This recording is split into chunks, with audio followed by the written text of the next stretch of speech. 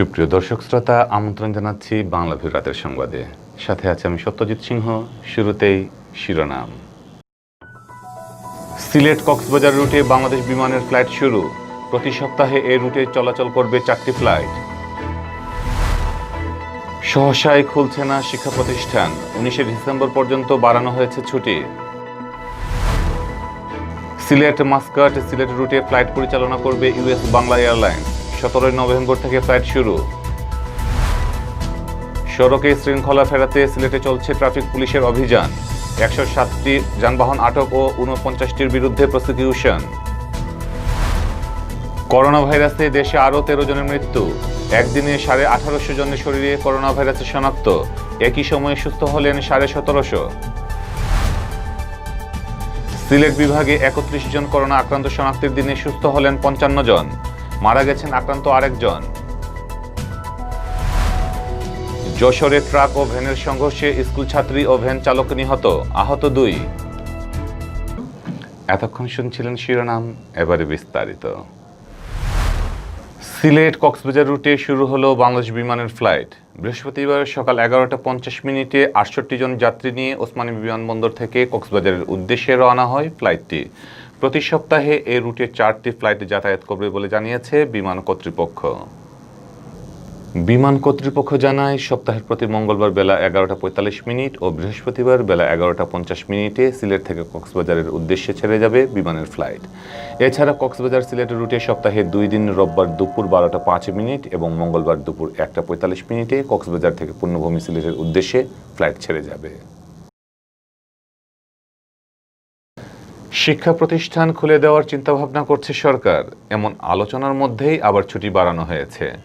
Corona ভাইরাসের পরিস্থিতির কারণে দেশের সব শিক্ষা প্রতিষ্ঠানের ছুটি 19শে ডিসেম্বর পর্যন্ত বাড়িয়েছে শিক্ষা মন্ত্রণালয়।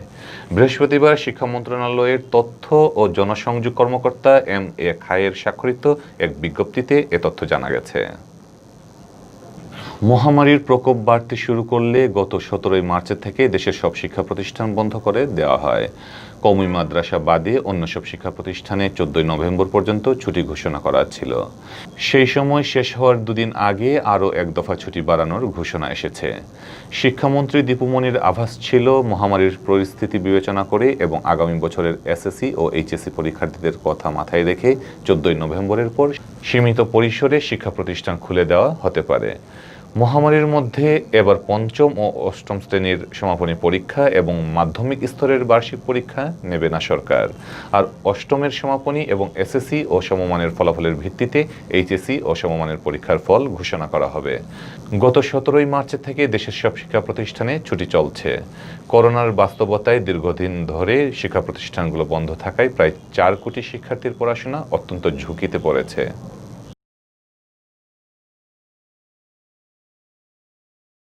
সিলেট মাস্কাট সিলেট রুটে ফ্লাইট পরিচালনা করতে যাচ্ছে বেসরকারি বিমান সংস্থা ইউএস বাংলা এয়ারলাইন্স।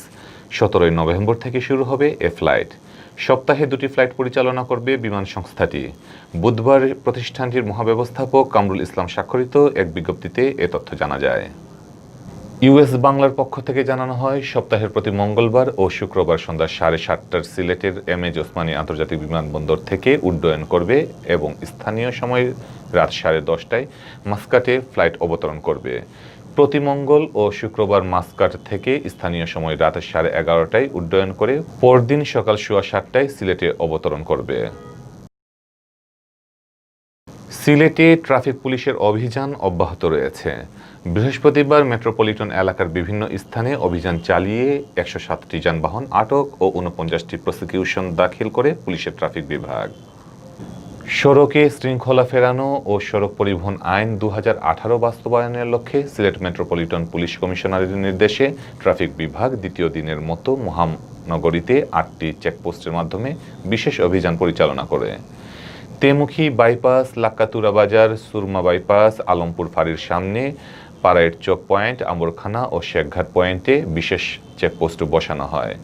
রেজিস্ট্রেশনবিহীন যানবাহন আটক, মোটরসাইকেলে ৩ জন আরোহী ও হেলমেটবিহীন মোটরসাইকেল চালকদের বিরুদ্ধে এ বিশেষ অভিযান পরিচালনা করা হয়। এ সময় ৪২টি সিএনজি অটোরিকশা, বাহিরের জেলার 10টি সিএনজি অটোরিকশা, ৩৬টি রেজিস্ট্রেশন ও কাগজপত্রবিহীন মোটরসাইকেল, ১২টি নিষিদ্ধ ঘোষিত যানবাহন সহ সর্বমোট ১০৩টি গাড়ি ডাম্পিং করে পুলিশের ট্রাফিক বিভাগ। করোনা ভাইরাসে আক্রান্ত হয়ে গেল ২৪ ঘন্টায় আরও ১৩ জনের মৃত্যু হয়েছে। এর মধ্যে পুরুষ ৯ জন এবং নারী ৪ জন। তাদের সবাই হাসপাতালে চিকিৎসাধীন অবস্থায় মারা যান। এ নিয়ে ভাইরাসটিতে মৃত্যুর সংখ্যা দাঁড়ালো ৬,১৪০ জনে। বৃহস্পতিবার স্বাস্থ্য অধিদপ্তরের অতিরিক্ত মহাপরিচালক অধ্যাপক ডক্টর নাসিমা সুলতানা স্বাক্ষরিত এক সংবাদ বিজ্ঞপ্তিতে এ তথ্য জানানো হয়। বিজ্ঞপ্তিতে বলা হয়, গেল ২৪ ঘন্টায় দেশের ১১৫টি ল্যাবরেটরিতে ১৬,৯৬৮টি নমুনা সংগ্রহ ও ১৭,১১২টি নমুনা পরীক্ষা করা হয়। নমুনা পরীক্ষায় নতুন রোগী শনাক্ত হয়েছেন ১,৮৪৫ জন। এ নিয়ে মোট করোনা ভাইরাসে আক্রান্ত মোট রোগীর সংখ্যা বেড়ে দাঁড়ালো ৪,২৭,১৯৮ জনে। গেল ২৪ ঘন্টায় সুস্থ হয়ে ওঠা রোগীর সংখ্যা ১,৭৩৭ জন। এ পর্যন্ত মোট সুস্থ রোগীর সংখ্যা ৩,৪৪,৮৬৮ জন। ২৪ ঘন্টায় নমুনা পরীক্ষার তুলনায় রোগী শনাক্তের হার ১০.৭৮% ও এ পর্যন্ত নমুনা পরীক্ষার তুলনায় রোগী শনাক্তের হার ১৭.০৭%। রোগী শনাক্তের তুলনায় সুস্থতার হার ৮০.৭৩% ও মৃত্যুর হার ১.৪৪%। গেল ২৪ ঘন্টায় সিলেট বিভাগে আরও ৩১ জন করোনা আক্রান্ত রোগী শনাক্ত হয়েছেন। একই সময়ে সুস্থ হয়েছেন আরও ৫৫ জন। আর এ সময়ে সিলেট বিভাগে করোনা ভাইরাসে আক্রান্ত হয়ে একজনের মৃত্যু হয়েছে। বৃহস্পতিবার সকালে স্বাস্থ্য অধিদপ্তরের সিলেট বিভাগীয় পরিচালক ডক্টর সুলতানা রাজিয়া স্বাক্ষরিত প্রতিবেদনে এ তথ্য জানানো হয়। স্বাস্থ্য অধিদপ্তরের তথ্য অনুযায়ী সিলেট বিভাগে নতুন শনাক্ত ৩১ জন রোগীর মধ্যে সিলেট জেলায় সর্বাধিক ১৫ জন শনাক্ত হয়েছেন।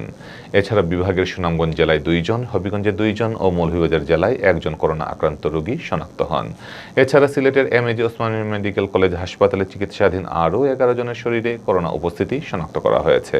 এছাড়া একই সময়ে বাড়িতে ও হাসপাতালে আইসোলেশনে থাকা সুস্থ হওয়া ৫৫ জন রোগীর মধ্যে সর্বোচ্চ সিলেট জেলায় সুস্থ হয়েছেন ৪৬ জন বাসিন্দা। এছাড়া বিভাগের সুনামগঞ্জ জেলায় ৫ জন ও মৌলভীবাজার জেলায় ৪ জন করোনাকে জয় করে সুস্থ হয়ে উঠেছেন। আর গত ২৪ ঘন্টায় সিলেট বিভাগে একজন করোনা আক্রান্ত রোগীর মৃত্যু হয়েছে, যিনি সিলেট জেলার বাসিন্দা।